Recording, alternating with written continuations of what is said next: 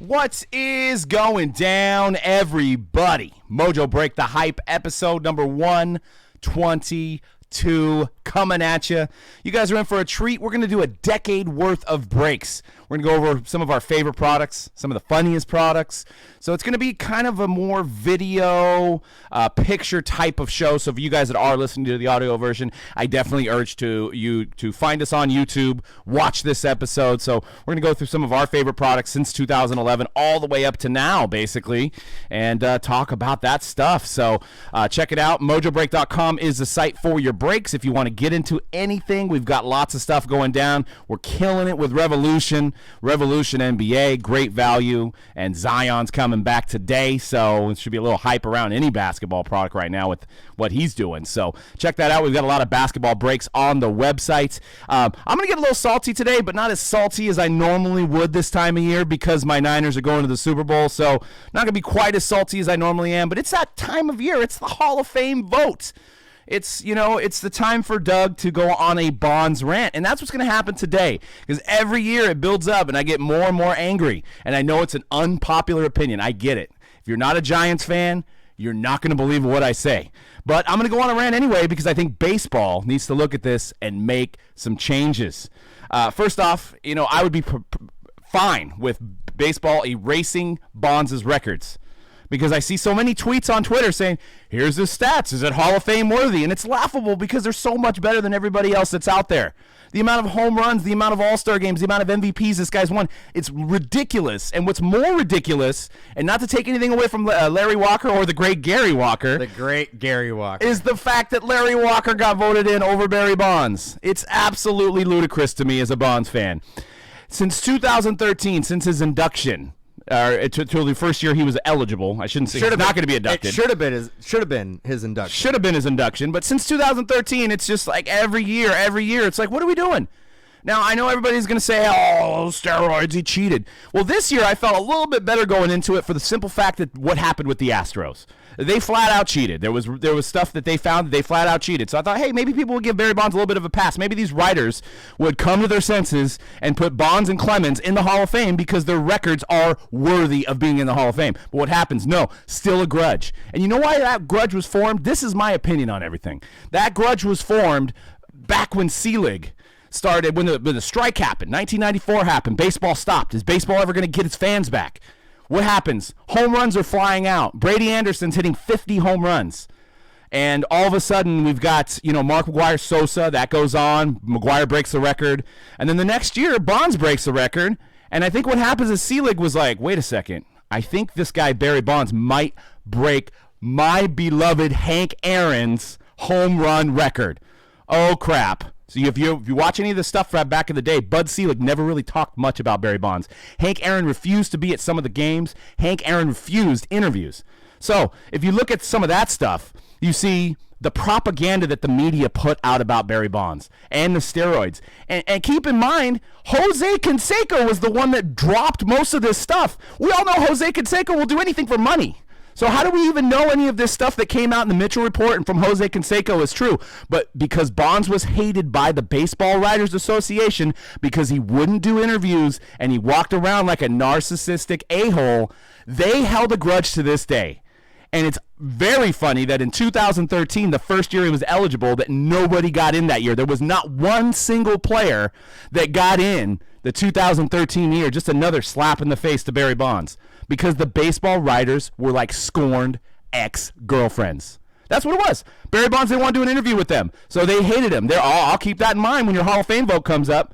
So it's the Hall of Character, and that's fine. If it's going to be the Hall of Character, then erase all of Barry Bonds' records, say it doesn't exist, do the Mark Ecko thing, shoot the balls into outer space, shoot all of his MVPs into outer space, shoot all of his home run records into outer space, and completely erase Barry Bonds' records. I'm fine with that. But it's not going to happen, and we're going to talk about this for days, and it's going to be even more of a point when baseball's most beloved broadcaster, Alex Rodriguez, is up for Hall of Fame because he's going to get in. And he's the only player that's actually been suspended for steroids for more than 100 games. But he's going to get in. And what are we going to say then? Oh, it's okay because maybe he admitted it. He admitted it. Barry Bonds said that he didn't know that he took it. But people, Barry Bonds is a liar. He's a liar. Well, I don't know Barry Bonds personally. You guys don't know Barry Bonds personally. Everybody believed the propaganda that was put out by the media, and it still follows them today. And that's what's going on.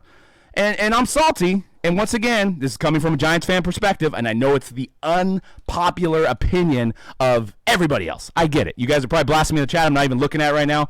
It's the unpopular opinion. But let's figure it out, because we just had the Astros cheating scandal, and now we have another year where a guy with the stats like this and a guy like Clemens with his stats, Barry Bonds has the best wins above replacement out of anybody in the history of baseball. Not even close. It's not even close. It's not even close. I think it's like one. He's by far. I mean, I think he's like double the next guy. Barry Bonds had a better wins above replacement in 1998 in his career than Larry Walker had in his entire career. Larry Walker's wins above replacement was 72. Barry Bonds was 162 in his career. Barry Bonds, prior to what everybody said he did steroids, said no, 98 is when he started doing steroids. That's what everybody alleges it happened. He had a better wins above replacement then than Larry Walker had in his entire career. So it's a joke. And if you look at the guys that got in after 2013, Jeff Bagwell's better than Barry Bonds. Tim Raines better than Barry Bonds. Edgar Martinez didn't even play in the field, and he's in the Hall of Fame. I mean, it's a joke. Now, obviously, there's guys that deserve to be in there. Piazza, Griffey, Chipper Jones, Jeter, obviously. And the one guy who didn't vote for Jeter, I don't know what the hell is going on there. Jeter deserved to be in the Hall of Fame as well. But Jeff Bagwell, Tim Raines, Edgar Martinez. I mean, even arguably Frank Thomas in 2014. I mean, there was plenty of other guys, and everybody resorts to the propaganda the media put out of how Barry Bonds' head size grew and how Barry Bonds as a person grew. Griffey grew as well. Nobody questions Griffey. Oh, well, he got hurt. Well, I guess his steroids weren't good enough then. So the whole era is tainted, and to actually use the scapegoat Barry Bonds to represent an era and keep him out of Hall of Fame, it gives, in my opinion, baseball a black eye. Just put him in the Hall of Fame and move on. He should have been in the Hall of Fame the first year. Now, if he does get in, is he even going to show? Would you even show up? It's like going to an in-law's house after somebody talked crap about you for 10 years. Like your aunt or your wife's aunt or something talk crap about you for 7 years. You weren't invited to Christmas, and then all of a sudden you're invited to go to Christmas. Are you going to go to Christmas and be like, hey, thanks for having me? I think the reason why Bonds is not in is because the writers know how much it means to Barry Bonds to be in there with Willie Mays and Willie McCovey and people he grew up idolizing. And I think that's why he's not in, because they know how much it hurts him that he's not in. Right, scorned ex-girlfriends. I'll say that again because that's what it is. They have the power to keep him out. So that all those interviews when Bonds was playing, and they say they went to his locker or his couch, which is another thing. Have you ever heard of any other player publicized about having his own private couch in the clubhouse? There's probably other players that had it, but once again, propaganda machine that baseball put out to basically have a scapegoat for baseball, which could have been fueled. I'm not saying this, but could have been fueled by Bud Selig's love affair with Hank Aaron. Is Barry Bonds the most hated baseball player in the history of baseball? Yes, absolutely. Because, I mean, let's face it, there's only two fan bases that appreciate him and like him. It'd be Pittsburgh and San Francisco. Every other fan base absolutely hates him. He would get booed every time he would come up to plate at bat. And that's why there's no sympathy for anybody else around the league, any other fan bases. They're like, I don't care. The hell with that guy. That guy sucks. He took steroids as a cheater. Right. And it's funny that Griffey doesn't get that same treatment. So I compare Bonds and Griffey are one of two players of all time that have experienced almost the same kind of lifestyle. They had fathers that played Major League. They grew up in dugouts. They traveled with the team when they weren't in school. They grew up being ball boys. They grew up meeting players and idolizing players and stuff like that while their dads were playing. Both their dads were mediocre at best, right? And Barry's dad, Bobby, got blasted by the media for not hitting, for striking out too much. Bobby had a lot of strikeouts, even though he stole bases, stuff like that. Bobby had a lot of strikeouts, didn't hit for a high average. Got blasted. Bobby became more of a drinker in his day, allegedly. Once again, I don't know if I believe anything on the propaganda machine, but became a drinker, where Barry seen this growing up. If you see your dad treated a certain way by the media, aren't you going to kind of stay away from the media? So that was viewed as being an a-hole, where he just was like, hey, I don't want them to bring me down and bring my focus down. But he also used it because he knew they needed him to talk. In order to do their job, they needed the best player to say something about the games. So he avoided them and was like, I'm not going to give you guys the time of day because of what you guys did to my family. Right. And basically the baseball writers at that point were just like, you know what? We're going to get you back at some point. Right, exactly. Because look at it. Growing up and watching Barry play, how many interviews did you see of Barry Bonds? Not a whole lot. Few and far between. Right. And the only ones that he would do would be from very specific baseball writers that he did have a relationship with, or anybody in the Giants or Pirates organization where he knew they were not going to ask a question or say anything that was going to shine a bad light on. Exactly. And Barry was a very loyal guy. He had a lot of the same people working for him his entire career. He didn't go through people. He was very loyal. He was a very loyal person. So, once again, not a popular opinion here, but, I mean, with the stats that this man has put up, love him or hate him, you either got to erase the stats or you got to put him in the Hall of Fame. Simple as that. You got to get over this whole thing that happened. You got to get over the steroid era, which he never was proven guilty on, but we all of a sudden have just we've banged the gavels ourselves and said, because of all this stuff that the writers put out, the guys that are voting him for the Hall of Fame are the guys that are putting the stories out about him. It's kind of like politics in a sense. I also think, and Kramer brought up a good point, and you also have Canseco and McGuire. If Bonds does get in, it does open the floodgates for Bonds and Clemens. Let's put Clemens and Bonds. Bonds and Clemens, when they go in, and I say when they go in because they will go in, they're going to go in the same year. It is going to open up the floodgates. At that point, Sosa needs to go in.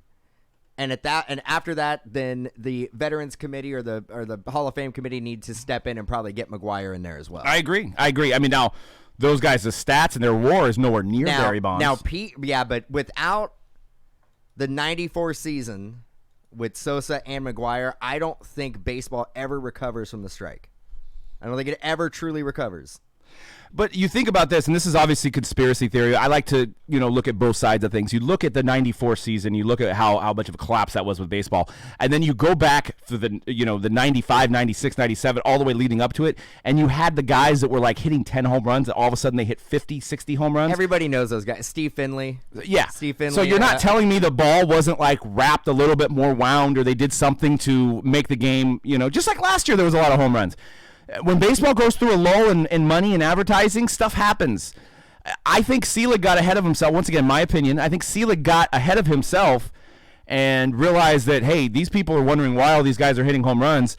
Let's come out with a report and make it illegal drugs. Because then he just deflects it off of himself. Well, not only he never got investigated. I think you had, obviously, you had a juiced ball era. The ball being, wound tight. I think we're dealing with it right now as well.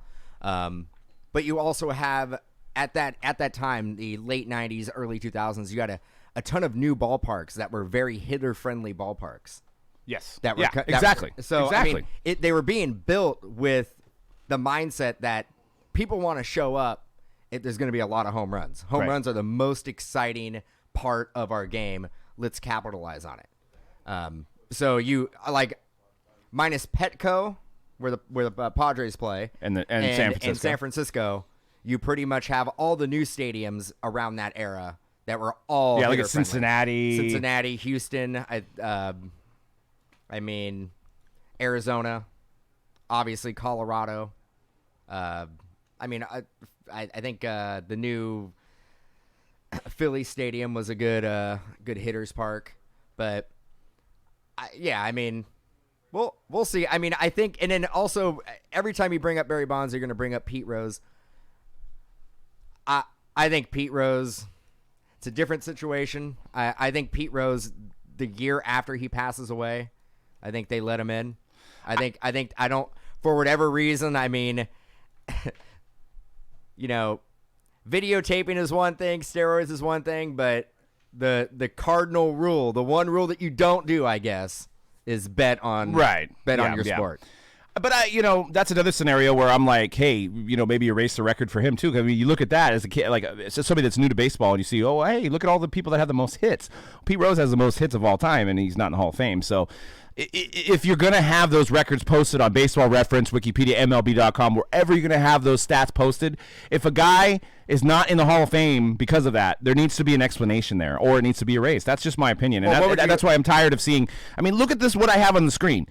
7-time National League MVP. How many people have done that? 14-time All-Star, 8-time Gold Glove, 762 home runs. It's just crazy. And not even count, it doesn't even have the WAR on there, the 162 WAR, which I don't think even Trout will get close. Trout's on a pretty good pace, but the wins above replacement really kind of can mark the player on a crappy team. If a team's underperforming, you can kind of use WAR to see how great he actually played. How would you feel if they had a wing in the Hall of Fame? And they were just like, this is the steroid era. Now, doesn't that kind of... It's put in an asterisk at that point. I mean, so. and if you're one of those players, do you want to be associated with something like that where like, oh, well, you go over to that hall, you're going to see all my stuff because I cheated. Right, exactly.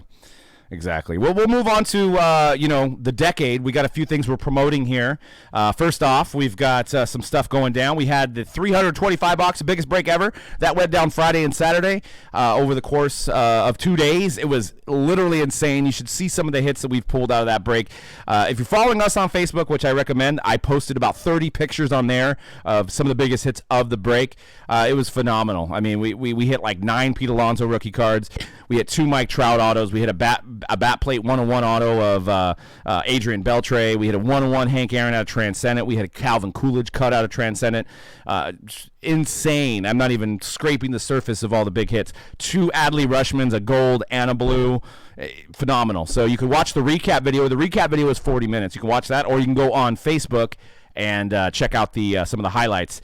And then February 4th, we're going to be live in Dallas for Series 1 Baseball, 2020 Series 1 Baseball. So we're going to be part of the Million Card Rip Party with Topps. They've invited a bunch of us breakers out there to be part of history. Guinness is going to be out there. There's going to be 1 million cards ripped in one night, and it's 1 day early before the product comes out. So you can get into those breaks. We have 2 6-case jumbo PYT breaks where there's just a few teams left. And then we're also doing personal cases for the retail price, but you're getting it a day early, so that's something to keep in mind. If you're thinking about buying it from your shop or buying it online, you can buy it from us at $6.99 a case, which is retail price. Get it busted on camera early. Your cards are going to be part of the Guinness Book of World Records, and then you're also going to have a shot at any bounties that Topps does. So Topps is going to have first to hit this card or first to hit that card. So you guys are going to have part of get a chance at that, and they're going to be giving away stuff there as well. So if you want to buy your own case, it might be the way to go. And with Series 1, you're getting 5, 6 rookie cards minimum of each player. So, Jordan, all those guys, they're in this set. You're going to get, buy a personal case. You're going to get a lot of rookie cards plus a chance at those nosebleed 101 hits that they're in there and stuff like that, and those crazy autos. And Super Bowl. You guys know I'm excited. I agree on that that we probably are going to need a Guinness or 2. Oh, you mean Guinness Book of World Records, not a Guinness or 4, yeah. I don't like Guinness, but maybe if it's the only choice. Dude, it's pretty good. Tap, delicious. Chiefs, Niners, you guys know who I'm picking. I was at the NFC Championship game. It was an amazing event. I don't think I'll ever top that event in my life, ever go to a game, unless I somehow go to a Super Bowl at some point, which odds are against me on that. But, yeah, I was at the NFC Championship, so we got the Chiefs and we've got the Niners. It's going to be a pretty dang good game. I think the line came out at 1 point at this point, favored in the Chiefs' favor. But we have an literally epic Super Bowl mixer. So 54 boxes. It's Super Bowl 54. And unlike any of our other big football mixers that we've done, there's no duplicate boxes. All unique 54 boxes, all mostly high end. We've got 2018 Flawless, 2018 National Treasures. We've got 2005 playoff contenders for Aaron Rodgers. That's in the break. We got 2000 Fleer Skybox, Tom Brady rookies. We've got 2017 Donruss Optic. You can't find 2017 stuff anymore. Patrick Mahomes prices are insane. 2017 Vertex, 2017 Encased, Immaculate, 2009 Exquisite. Look at the listing yourself. We just had one sell. We're doing 4 skunk prizes, and we're also doing Super Bowl squares unique to that break as well. So fun event is happening next Friday at 4:30, so get your spots in on that. Once again, the most unique Super Bowl break that you've ever seen. There's 13 different years of product in there. I think there's 10 different contenders in there. It's phenomenal. It's going to be a fun break, so check that out. So the Series 1, it's only, and we're actually bringing our own allocation out there, so it's not like Topps made more for the event.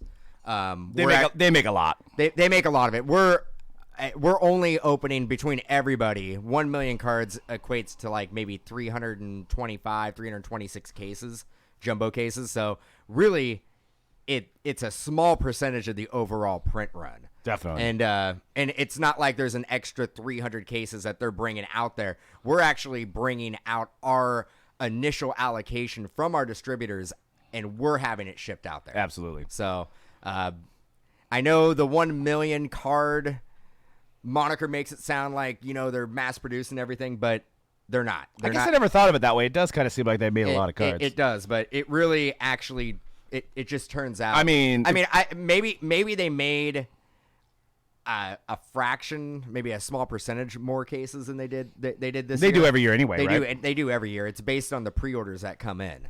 And the pre-orders for that product, those we put the pre-orders for that product about 8 to 10 months ago. So that was well before they were even thinking about this event. So right.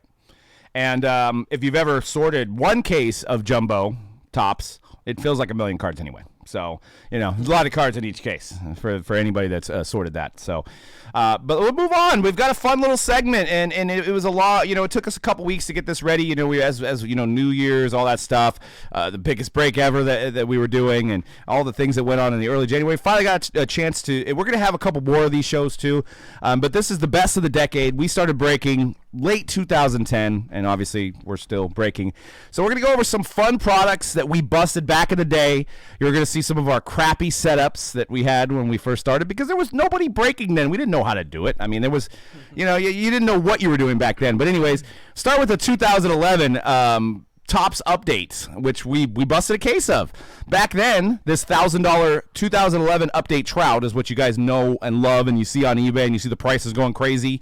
Back then, the Trout was $4 or $5. So, you know, I think we sold the Angels for $30 or $40 in that break. I threw a couple videos on here for these. I don't know if we're going to get through them all, because, you know, now we only have like a half an hour before Revolution. But as you can see, you know, that was one of our first setups there. Once again, if you listen to the podcast, you know, make sure you watch the video, or maybe you don't want to watch this video. But now, we should say, when we were doing this, there was no way to have one, because we had a backup camcorder that we were recording but not streaming to YouTube. Yeah, and then we had a webcam that we were recording. We were broadcasting on Blog TV. Blog TV was the streaming site. There was no YouTube at that time. But you couldn't record. Streaming. You couldn't record from Blog.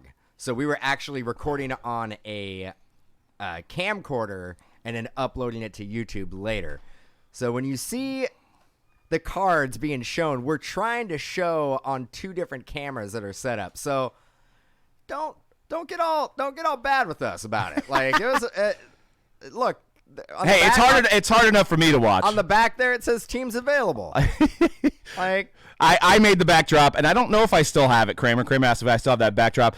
It's science project-esque. I mean, that was, you know, once again, when you're creating something and you don't have anything else to look at, you know, that's why I always give credit to these breakers that, you know, come in 15 and 16. Yeah, it may be a little harder to get some customers, but as far as the technology part, the people before you already figured it out. So this was a lot of trial and error back in those days. But it's funny that 2011 update was, you know, what, $75 a box at that time, you know, and now it's thousands and thousands of dollars, and those Trouts are worth ridiculous amounts of money. So that was 2011. So that kind of highlighted our year 2011 if you look back on it.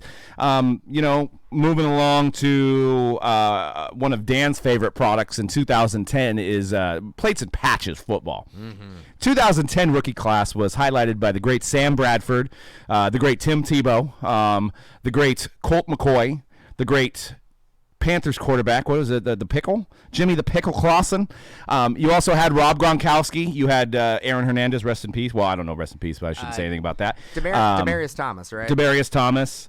Emmanuel Sanders, actually. The Super Bowl champion Emmanuel Sanders was in there as well. You also had... he does have a championship. He does have a Super Bowl. He does. He does. You see how I did that? There's a double entendre there. Oh, I'm glad. I'm glad you didn't say, well, he's got another one. He's gonna have another one, but yeah. Bold prediction. So gonna lose. So gonna lose. But what was your favorite part about 2010 plates and patches? And I think there's always a video that accompanies each picture of the card. Huh? Oh. And there's Dan in his Rams jersey. Dude. You gotta love that backdrop. Okay, so in the backdrop there, we have a Boss TR2 tremolo pedal. Just move and you that. can fast forward through these too. And a Red Bull and a coffee. I like caffeine. What can I say? You could probably go to the middle then or something. But what was your favorite part about 2010 plates and patches, and why should somebody buy it today? Oh, the encased hits. The encased hits. The encased RPA is numbered to $4.99, sometimes $5.99. Actually, I think it was $5.99 and $6.99. Oh, and then encased redemptions, right? And encased redemptions. Yeah. Those are my favorite as well. You know, it didn't take a lot to please us back in those days. 2010, you threw something in a magnetic that came out of a pack. It was pretty awesome, right? I mean, it just made the card look so much cooler. So much more valuable. It's crazy. I got a backwards hat on. I don't wear hats anymore. Oh, you're just sporting it. So, all right. So moving along, 2012 Momentum was another favorite, and yeah, you can see that's our camera angle there because we're recording and we're streaming. So, but anyways, 2012 Momentum. I mean, that was really kind of the uptake where we actually went semi full time with breaks at that point. So 2012 Momentum. If you could find it, it's still pretty cheap. It's a good value because every box is going to have 10 hits. So not a lot of products out there have 10 hits a box, but at the time, you had, Russell Wilson. Well, you didn't even have Russell Wilson. People were chasing RG3 and Andrew Luck. And then Russell Wilson kind of came onto the scene, third rounder, and then he got the chance to play. And the rest was history for Russell Wilson. But you had actually the inception of the diamond cards in 2012. The first diamond cards that Panini came out with was, they called them studs, and they were pictures of players that their earring was a diamond. So you had like Des Bryant, a couple guys that wore earrings, and it was a stud. We pulled one. Yeah, like 5 years later. Yep. It was the very mythical diamond stud earring cards that we just never got. So, but you had a lot of vets, you had a lot of legends, you had a lot of patches, and once again, you could see how we used to break cards back then. It was pretty bad to watch. It's good. Good. But go back to it. We should do a retro break and break it just like that again. With the same backdrop we have maybe somewhere. Yep. So, 2012 Momentum, and then you got 2012 Tribute. Once again, encased cards. We loved them. We absolutely loved encased cards. And this product went way up for some reason. It did have some Trout in there.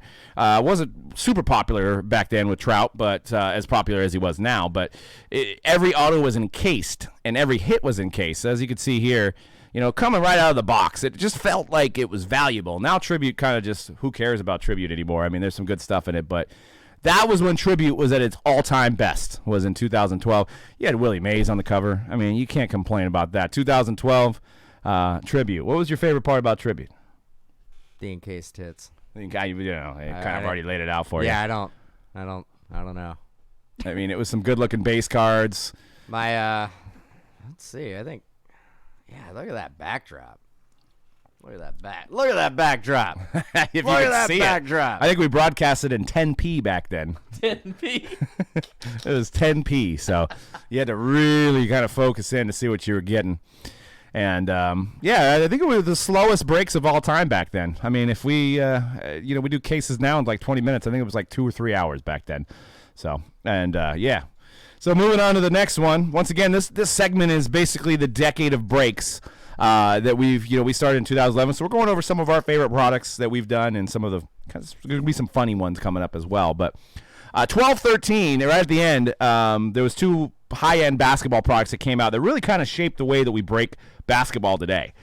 You had Immaculate, which was shout out to Carvin, who used to work at Panini. He actually worked on Exquisite back when he worked at Upper Deck.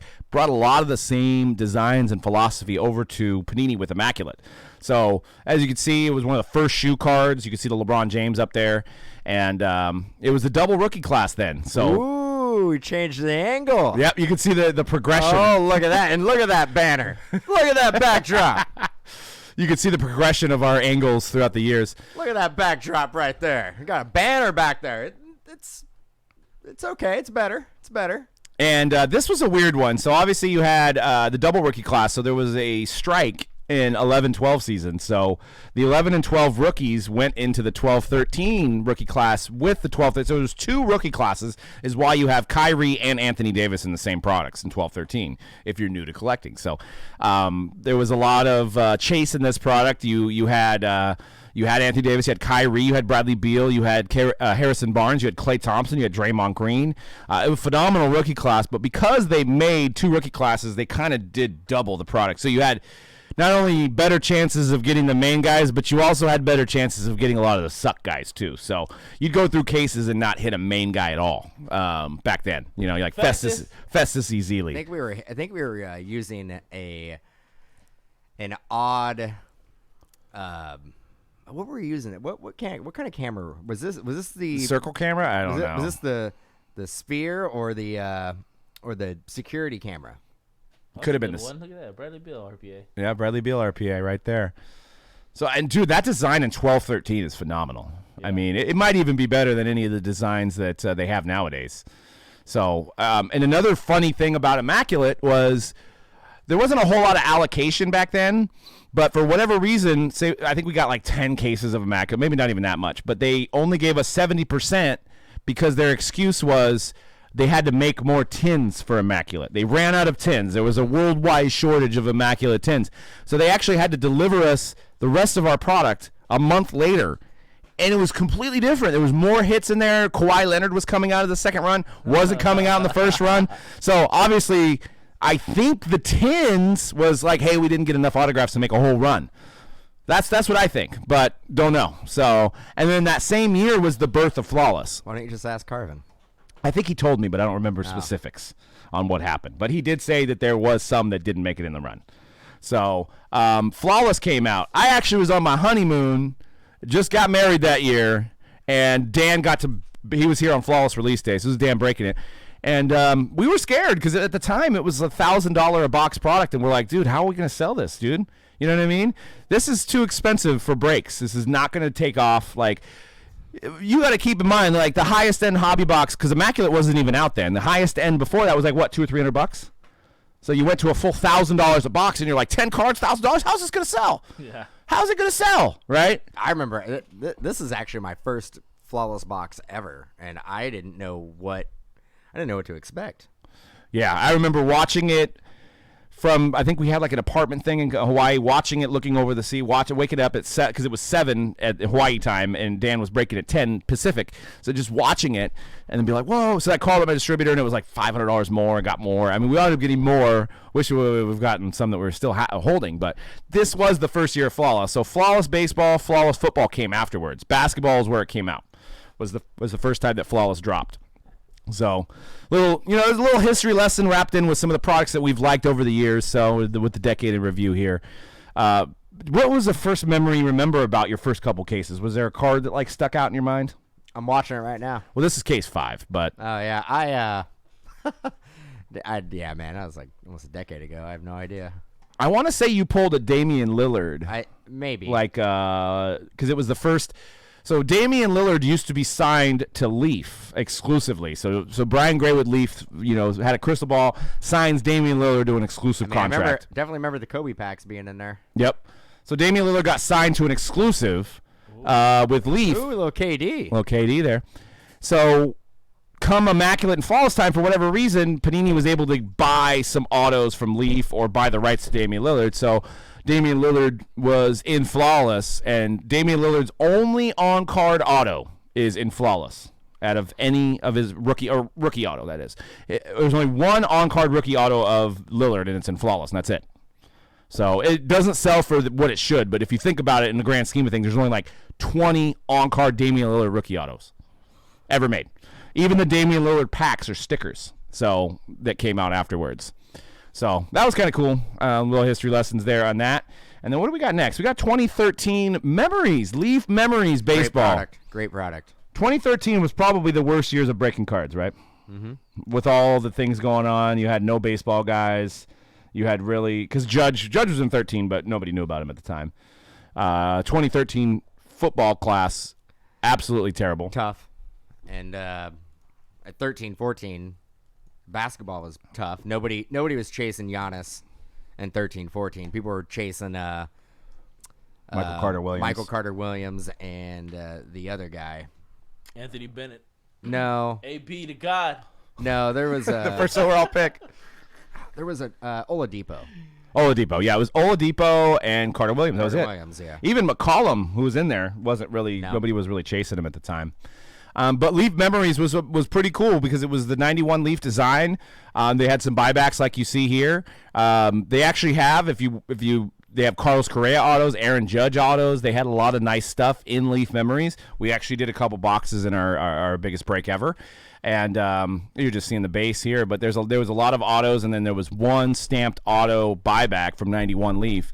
It was, at the time, it was just super unique. It was value filled. It was a really cool product to do. So for 2013, that is my most fondest memory, with no pun intended, right?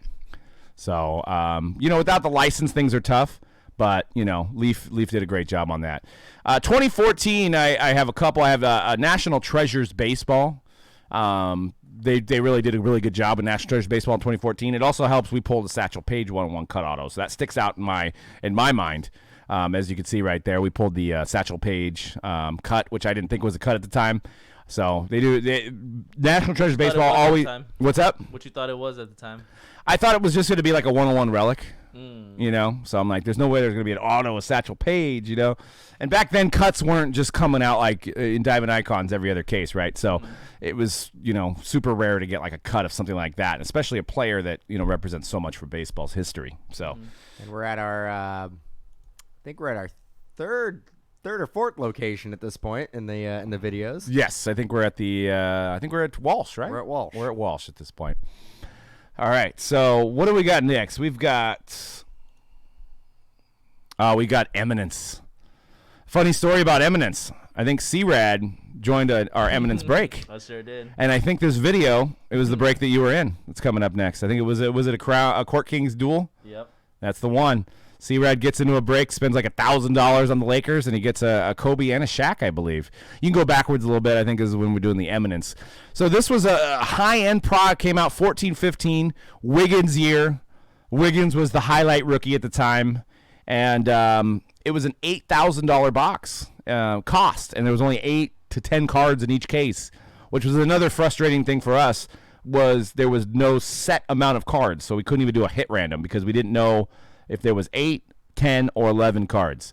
But it had embedded metal cards in there, gold and that was a sick card. It had gold. That was a USA Basketball David Robinson. Yep, USA Basketball David Robinson.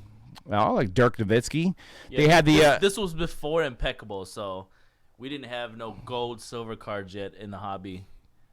Yeah, I guess this was Eminence was before Impeccable. This was the birth of Impeccable, kind of, huh? Mm-hmm. Just like Topps Marquee birthed Museum, this birthed Impeccable.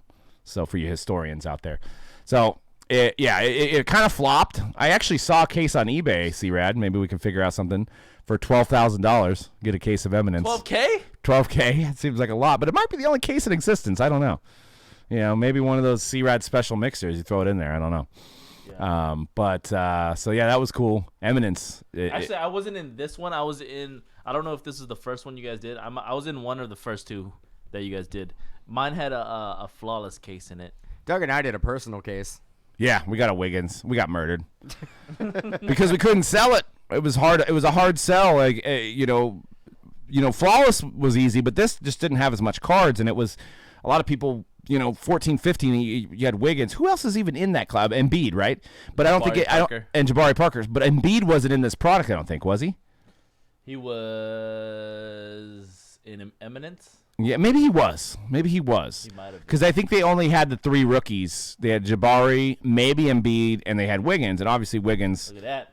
Yeah. Woo! Yeah. Kobe. That was a beautiful with Kobe. The gold, dude. Yeah. Is that what yours? No, that's not mine. That's not yours. Damn it. I thought I was found. That at the time was like a $3,000-$4,000 card. Yeah. The Kobe that I got was like a $1,500, $2,000 card. Okay. Yeah. C-Red killed it that break. I think he bought like 3 spots. I couldn't believe it. I think I had to Google. Yeah, because we did group style. So I just went in each group. I got a spot in each group. And then I happened to get the Lakers in one of the groups. I was so happy when I saw that I got the Lakers. Yeah, because I think you spent like $1,200, and I think I was like, man, we should Google this guy, dude. Yeah. I'm like, this guy might be scamming us, man. Who comes in on one night and just spends $1,200? No. But yeah, so Eminence was the birth of, I don't know, maybe he'll come back. This year would make sense if it comes back. They need to reformat a little bit, but, yeah, you know. Please no Kobe, Eminence, Panini, please no. Yeah, right. So, and then after that, what do we got? We got Topps Diamond Football. I like that product. So for those of you that don't know, Topps lost their license in 2015. So this is one of the last products they made was Topps Diamond, and there was a lot of redemptions, unfortunately, but there was also a lot of really nice cards. And 15 is the year of Mr. I think 15 is the year of the face cam too. Oh, look at that! Look at that! I fought that. Dan fought it for 5 years. For 5 years, and then there it is. There's the face cam. Dan never wanted to show his face on camera. I had to convince him. Yep. I had to convince him. A lot of conversations at different industry events with a bunch of other people, and yeah, that's I lost. Hey, majority. I'm trying to think. No, there's one guy who was in that conversation. He's keeping it real. He's keeping it real. He's keeping it real. Yep. I'm a boy right there. Well, yeah, 2015 Diamond was a surprise. It was some pretty cool stuff. Had that black background, silver gold pen, red pen. It was kind of Spectra before Spectra in a sense. Spectra, yeah, for sure. You know, Spectra kind of followed suit of this product, even though Spectra was out, but they changed the format later with the different color pens. Mm-hmm. So Topps Diamond was a cool product. You can find some boxes. Yeah, they do have some redemptions. Yeah, there was a lot of redemptions. So maybe you don't want to buy one, but if you get a good deal, there was a lot of redemptions, man. A lot of redemptions, yeah. Yeah. So I remember a lot of the big pulls were redemptions. Like a lot of the main guys that were in there. Mariota or Winston, one of them, and then I think Todd Gurley. That was his rookie year. I think he was a redemption in there. Yes. The best. Yeah, Todd Gurley was a redemption. Yeah, the best. I don't know if you have it on this list, but the best product, like that home stretch for Topps of losing the license, the NFL license. The best product was definitive football. I know. I should have put it on here, but I thought you were gonna say field access. Field access. Hey, you got 4 hits in the product. Yeah. It's whatever was left over. Hey, it's still like $50. I think I might have had. I think 4 I was autos, almost. actually, not 4 hits. 4 autos. Whatever stickers that were left over. Yep. The scrapings of the Topps warehouse. Just going through and the sweepings. But we got definitive, which is like one of my favorite baseball product. Actually, it's one of my favorite products every year. Yeah. Regardless of sport, definitive. Yeah, we actually have definitive baseball coming up, but yes, it was birthed by definitive football. It basically they did it. I don't know why they came out with it in 2015. Maybe if they would have done it in like 2012, and maybe it would still had the license. Oh, come on, it ain't like that. Ain't got money like that. NFL don't love Topps like that. They don't love you like Panini. So here comes 15-16 Revolution, the birth of Revolution. Which, we didn't know what to expect, and now the demand for Revolution is crazy. As you can see, this was a quad case C-Rad did recently. Was that 6 months ago? Revolution, all about the Galactic. And, man, the cards from this year's Revolution with Zion Mania and Ja and all that stuff, it's cool because you don't have to chase autos necessarily. You have all the parallels to chase, and there's value in boxes that don't have autos. So that was, in a sense, they kind of prefaced it by saying it was a revolution because it's bringing cards back to where they used to be, where we were just collecting rookie cards and stuff like that and collecting rare parallels. But what I didn't realize until I did a Google search and a YouTube search, you know who debuted Revolution? These guys in Arizona. We broke 15-16 Revolution before anybody else did. So, and I think we like completely trashed on it. Did we? After, not on camera, but yeah, go to the next video. What event? It was the baseball event in Arizona. Oh, you were debuting it. No, you were there too. Oh.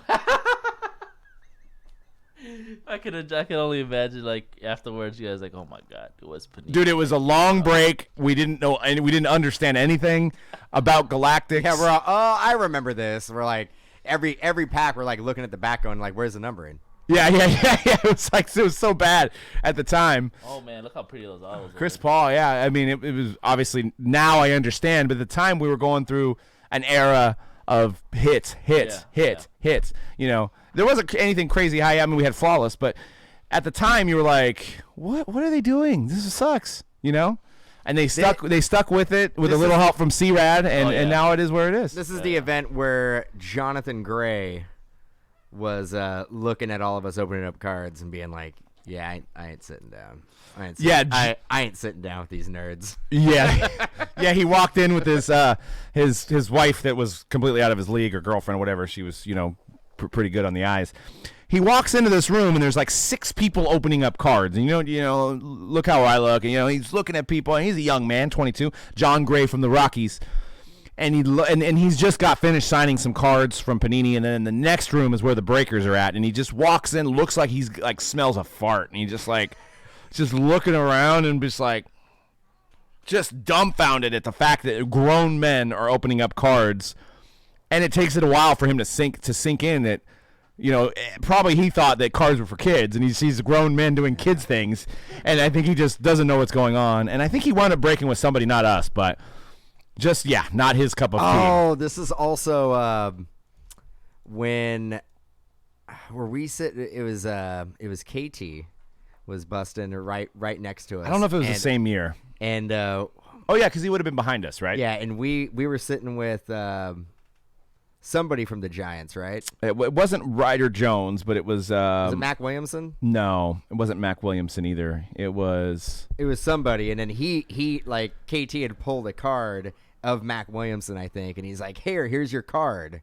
And it wasn't. It was the guy was Ryder Jones. It was Ryder Jones. Yeah. He's like, he's all, that's not me. That's not me. That's right. I do remember that. So yeah, 15-16 revolution started a revolution amongst cards. So it felt like we had to bring it up. But I've watched this video with sound. You could probably see me and Dan just like going through the motions as far as like, man, this product sucks. This is terrible. But now I understand it and I love it. I actually look forward to it every year now. So yep. Who we got in that screen over there? If you get, I was seeing who was breaking on the other side. No. Let's see. I see a blue Dodgers hat. Could be Chad. I don't know. No, I don't think so. I don't think Chad was there. We'll see when I move the cards. Who was breaking over there? Dude, oh yeah, that guy has a beard. Actually, that does look like Chad. No, that's not Chad. Oh, that's not a Dodgers hat. That looks like a. Looks like Kevin. Looks like a Chargers hat almost. Got yellow on there. Yeah, I don't know. It looks like Kevin, but that there's Carvin. Yep.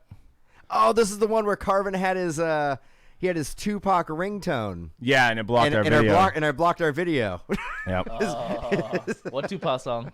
It was California Love. Yeah. And it blocked our video. Yeah. Oh, and here comes the gem. I wish I still had a video of this gem of a product, but Panini came out with the greatest buyback known to man called Panini Replay. Stand up and give a round of applause for Replay. One of the greatest products of all time. It actually ended up being an amazing product once they included Mosaic with it. It ended up being good. Mosaic was one of the cleanest prism designs I've ever seen. Yeah, it was good. Let's pump the brakes on hating on it. I mean, at the price it ended up being, I would break it for $30. But it was $225 when it came out. I'd break it for $30. And this is when I first joined you guys, and I remember running randoms for like $20 a spot or something, and that was like losing massive amount of money. Yeah. So to backlog the story, Panini shows this product. 15-16 replay came out at the end of the 15-16 class. They showed Steph Curry logo, or Steph Curry NT RPA was in here. There was going to be 3 of them, right? So, and at the time, Steph Curry RPAs were like $20,000, $30,000.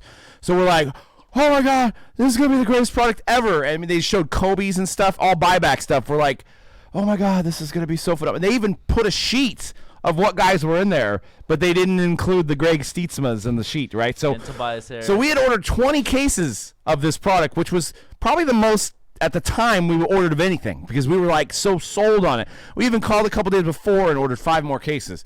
And then we start busting it, and it's just guys that aren't even in the league anymore. So how this product was formed was guys that turned in their autos late to Panini, or guys that they just didn't include in the product. So they keep them, and they can either issue them as replacements, or they can do this. So obviously they issued all the good cards for replacements. They couldn't give people Greg Stietsma autos. So what they did is they put it in replay. They put it in replay. And you're opening it up, and you're like Sam Young. You're seeing guys. So mind you, this is $225 for 2 buyback cards. 2 cards. And every single, 2 autos. Every single box is producing $5 in autos. Like literally the worst guys possible, like that you could put in. It was an epic fail. So we actually made a spoof video that I wish I still had. I like how I keep on hitting that magnetic. I'm just hoping that it's going to change the card. Yeah. I'm like hitting on. I'm all. Is it different? and Isaiah Thomas was in there a lot, and that was actually one of the better hits to get at the time. Was Isaiah Thomas because he was balling that time. But yeah, and then the number on the front was not the same numbering on the back. I'm glad you don't have the Bowman McBowmanstein video. Yeah, it was funny though. It was good, but it was it was frowned upon. Yeah. Well, we stood up. So this just shows you that there is some power amongst peons in the industry. There is power amongst the peons. So we were so literally disgusted at the value that this produced, and we were sitting on 25 cases. We actually stopped breaking it that day. We were like, we cannot sell this stuff anymore for our customers. We are going on strike on this product. We called our main distributor up at the time, and we were like, we're bringing this back. Like, we don't want this. This was false advertisement. You guys literally put turds in a box and tried to sell it to the masses. They knew that this was bad, and it should have been a tenth of the price that you guys came out with it at. So we basically stopped. We're like, the distributor's like, don't give it back to us. We're going to do something. So literally, I heard rumblings from Panini that said, tough, shove it. That's what initially came out. Like, sorry, you guys ordered it. You're going to have it. We're like, no, we're not breaking it. And there was a couple of us breakers. I know us, Chad, a couple other breakers, Chad from Firehand. Sam Young. Right, exactly. Sam Young, who cares, right? That's what's coming out of this product. So we all stood up, and we told the distributors we're bringing our stuff back. So next thing you know, Panini said, all right, cool. Anybody who ordered Replay, you're going to have to keep it, but we're going to give you guys a box-to-box of Prism Mosaic 1617. So those wound up coming out at $100 a box. Didn't completely make up for the loss of Replay, but because the industry stood up as a whole and said, this product, we cannot do this. Wasn't a game of Elijah to 2? They created Prism Mosaic, and that was the year of Ben Simmons, and those cards did pretty well. And they had the parallels and stuff, and Ben Simmons Mania. So it kind of worked out in the end, like Dan said at the beginning. Yeah, like I said, for $30 a box, I'm a buyer. Well, right, exactly. $20 or $30, we're a buyer. I think you can get them for like $50.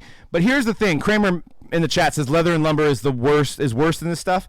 No. But leather and lumber actually, leather and lumber, they use the rookie class. They use Vlad, they use Pete Alonso and stuff like this. Not even close. They were hand-picking guys to put in the product that weren't even in the league anymore. There was like literally no hope. At least with leather and lumber, you can get a Mike Kopech. Mike Kopech is 2 years in the league. He could win he could throw a no-hitter or something. These guys were playing in Europe. A lot of them were probably working at Walmart already. Like there literally was 10 D-leaguers in a case, and then one Hakeem Olajuwon or one Chris Paul. It was just blatant lack of like I don't know how they had a meeting for this product and said, yeah, that looks good. The retail cost was $250. Is nowhere near leather and lumber, bro. Oh, eye appeal, yes. Leather and lumber from the eye appeal, yes. Terrible. I don't know about you, but me seeing a Sam Young auto in a $250 box, that's not good eye appeal. I don't even. Well, who's even Sam Young? Right. Yeah, Greg exactly. Stietsma, that's not a good eye appeal, bro. Yeah, I agree with you there. I think the next one I was just showing. We started buybacks in 2016, so nothing crazy there. But we started doing our buybacks. We had our best of the national was our first buyback, and then we move on to honors, which I think is one of the greatest products of all time. Even though that's a 2018 honors, but 2016 honors is really where we kind of hit our stride with football. And unbelievably, everybody thought it was going to be replay, and Panini over-delivered on honors and made it good hits. There wasn't really crappy names in honors. Amazing stuff in honors. We did like literally the most honors out of anybody in the industry. Yeah, easy. We did. And this was the birth of the Brandon Cooks to 99, which took the industry by storm as well. This right here must have came out right before we moved into our current location, because we were breaking this here. Yes, it did. I think C-Rad broke it at the old location too. I was breaking it at my previous office still as well when we were doing the eBay player breaks. Yep. Yeah, I mean, we went through. Yeah, this actually came out around the transition of moving from Walsh to Zanker. Mm-hmm. And then there's the Mint. Oh, man. 2016 Topps Mint. So in order to get Topps Mint from Topps, you had to order 4 master cases of triple threads. So you had to spend $12,000 to be able to purchase 1 case of Topps Mint. And looking back on it now, Topps Mint's a decent product, but it went from $900 retail, which what we paid, to $500 really fast. I would love to be able to get that much triple threads again. Yeah, right? Exactly. So it was the first cards that had a glove card booklets and stuff like that. We'll kind of start blowing through these next topics because we got Revolution coming up. We got probably one of the most pivotal years of this hobby for football, 2017 contenders. We did a lot of. Wish we still had it. Actually, wish we didn't even break it in 2017. To be honest with you guys, 2017. Actually, the funniest part about 2017 was that during the actual football season and football year and football products, we actually were kind of struggling. We were losing money. We're losing money on contenders boxes. We were struggling to sell some 2017 football. Yeah, it was a struggle because you had Watson, who was the front runner coming into the year. You had Watson that got hurt. So he got hurt game 5, so nobody cared. You had Kareem Hunt was like the star throughout the year, Kareem Hunt for the Chiefs. And then he started fizzling out. This was before the domestic violence. Nobody gave a crap about Pat Mahomes. Mitch Trubisky, people didn't really care about him. And so the boxes were cheap, and nobody wanted to buy into breaks. That was the year that was the first year of First Off the Line, right? Yes. And it sat on Panini's site like a month. Look at Mostert. For months. It was like 3 to 4 months. Like, we were actually told, like, hey, there's only like 10 cases left if you guys want to go ahead and buy it. And we didn't. You know how much First Off the Line sells for now? $4,000. No, $2,500. But it doesn't for matter. 1 box. Yeah. It doesn't matter. That's oh man, that was like free money. Could have been a millionaire. What's crazy about a lot of this, guys, and obviously if we didn't break it, we wouldn't be here. But we could have taken years off. We could have taken our allocation and sold it for more money than we made for breaks, because that's what this stuff's going for. I mean, you got to have a crystal ball for this stuff, but the amount of money that Contenders is going for, and we probably had like 80 cases of this stuff. Cases are going for like $15,000 now, so you can do the math. If we had 80 cases and we didn't even open a box. Yeah, we were doing what, five case breaks, just struggling. We were just struggling. Yeah, and 2017 class is like, you look at it and it's insane. You got, besides Mahomes, you have Watson, you have Trubisky, you have Fournette, you have Kamara, you've got George Kittle, you've got Mostert now. Cards are selling. It's phenomenal rookie class, even with Pat Mahomes. McCaffrey, yeah. I mean, it is, I used to love 2011. Make an argument the best offensive player in the league right now. Part of it was also that we were coming off 16, which was a pretty hot football season. Yes. 16 with Dak and Elliott, Wentz, Goff. So, like, I think people were kind of like, well, this isn't like 16, with Watson injured and Mahomes not blown up yet. You know what I'm saying? Oh my God, dude! Remember randoms with like the Cowboys? Yep. There was 3 different spots for the Cowboys. Well, at the end of the year, there was 3 different spots. You had the Cowboys, you had Elliott, and then you had Dak. Yeah. For NT, yeah. For NT. Yeah. Yeah. Crazy reminiscence. So we're almost through it. We got, 2017 Transcendent was our first year doing Transcendent. We sat on the sideline for the first year. Probably should have just sat out all of it, to be honest with you guys. But Aaron Judge's rookie card. Aaron Judge took baseball by storm in 2017. And it was a good year for baseball with Aaron Judge hitting bombs and doing what he did. So Transcendent was birthed, and the Aaron Judge rookie cards were in there in 2017. Actually, the first year was 2016, which has Barry Bonds in it, by the way. But 2017 was the first year we did it. We went to the party in 2016, but we didn't buy any cases of it. So went to the club. We got to the club, got right in. So that was cool. And then the next year, you had Ohtani. So baseball riding high, right? This is almost where we're at now anyway. But Ohtani came out right after Judge. Definitive came out in 2017. So as C-Rad mentioned, Definitive was birthed with football, but it came back out with baseball, and it was hot. Now we're at Zanker. We got the blue bubble. Yep. We got the blue bubble. A little bit more easy to see. And then after that, basketball just went nuts. Even basketball. I mean, I skipped over the Lonzo Ball era and the Donovan Mitchell era and all that stuff, but Luka, I mean, that right there is on eBay. So it's a Luka Doncic RPA out of 1819 NT. And it's currently, with a day and a half left, it's currently at $40,000. So, yeah. Does that get paid? I don't know. Does that get paid? I don't know either. Spot this RPA real quick. Oh, yeah, because I put this. I'm dancing. Oh, you dabbing it up, dude. You pull it. Which one is this one? It's the title says insane, so it must be a good one. Is this a $50,000 bill? 3 out of 5. Oh my god! Oh, it's like $1 million. I bought a new car. It's $1 million.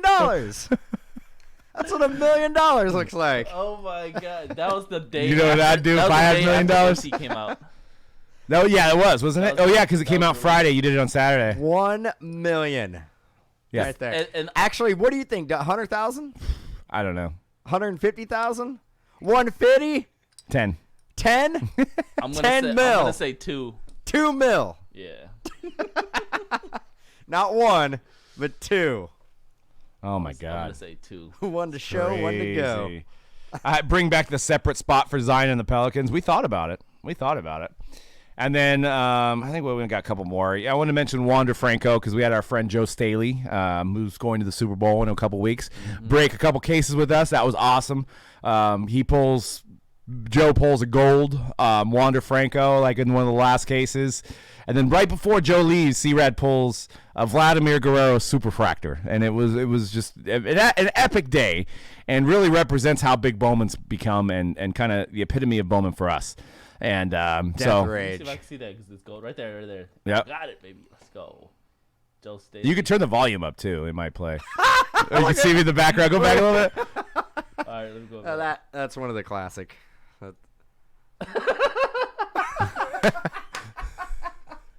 Yeah, you see me in the background. Dude, Doug, you got hops. Yeah. Hold on, let me see. Get the volume out here. Congratulations to the. Yeah. Yeah, go back a little bit more. Congratulations to the Tampa Bay Rays. Look at that. Gold, yellow. That's yellow. Wander Franco. We got it.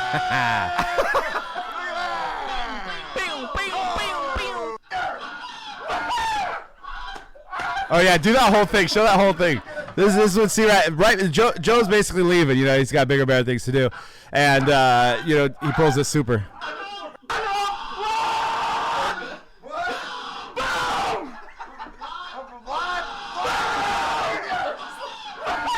I'm about to scrape that card on the table, bro.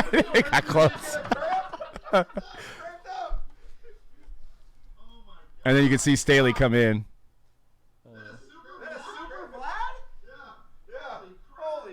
And he comes in at the end. I'll take a picture first. Oh my god.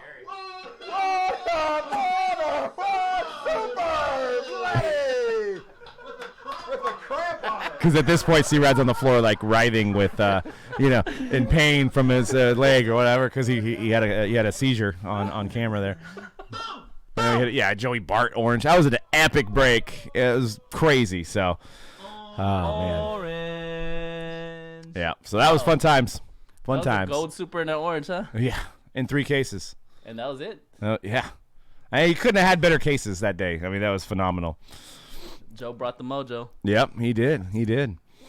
But is that it? Is that the last slide? That's the last slide. That's the last slide. So we got Revolution breaking. We've got Hit Paraders back in stock, but it's sold out, so we'll get into that. But we got a lot of stuff on the site. Bowman's Best today. Check out our Super Bowl mixer. And once again, got a first off the line breaking or coming out tomorrow. Well, which one? Yeah, we got a Crown Royale. Ooh, okay. It's a regular. All right, get Okay. them bots loaded up. Load them up on them bots. Load up them bots. Ron bot, baby. Make that money. Make that money. Make that money. Whole lot of money. As AB says. All right, we don't have any more outros because I don't know what's wrong with the iPad. Dan broke it because he's an Android user. But we don't have an outro, so thanks for tuning in to the show. Make sure you guys follow us on Facebook, Twitter, and Instagram, and especially on Facebook because we're going to be running a contest for the Million Card Rip Party, so make sure you like our Facebook page, and there'll be details on how you can score yourself some free stuff at the Topps Rip Party that is February 4th. If not, tune in. It's going to be insane. Million cards going to be ripped. We're going to be doing 18 cases of Series 1 2020 Jumbo. And, yeah, so it's going to be an awesome event. So check us out, mojobreak.com for your breaks, and we'll see you later on the hype. Peace. Boom.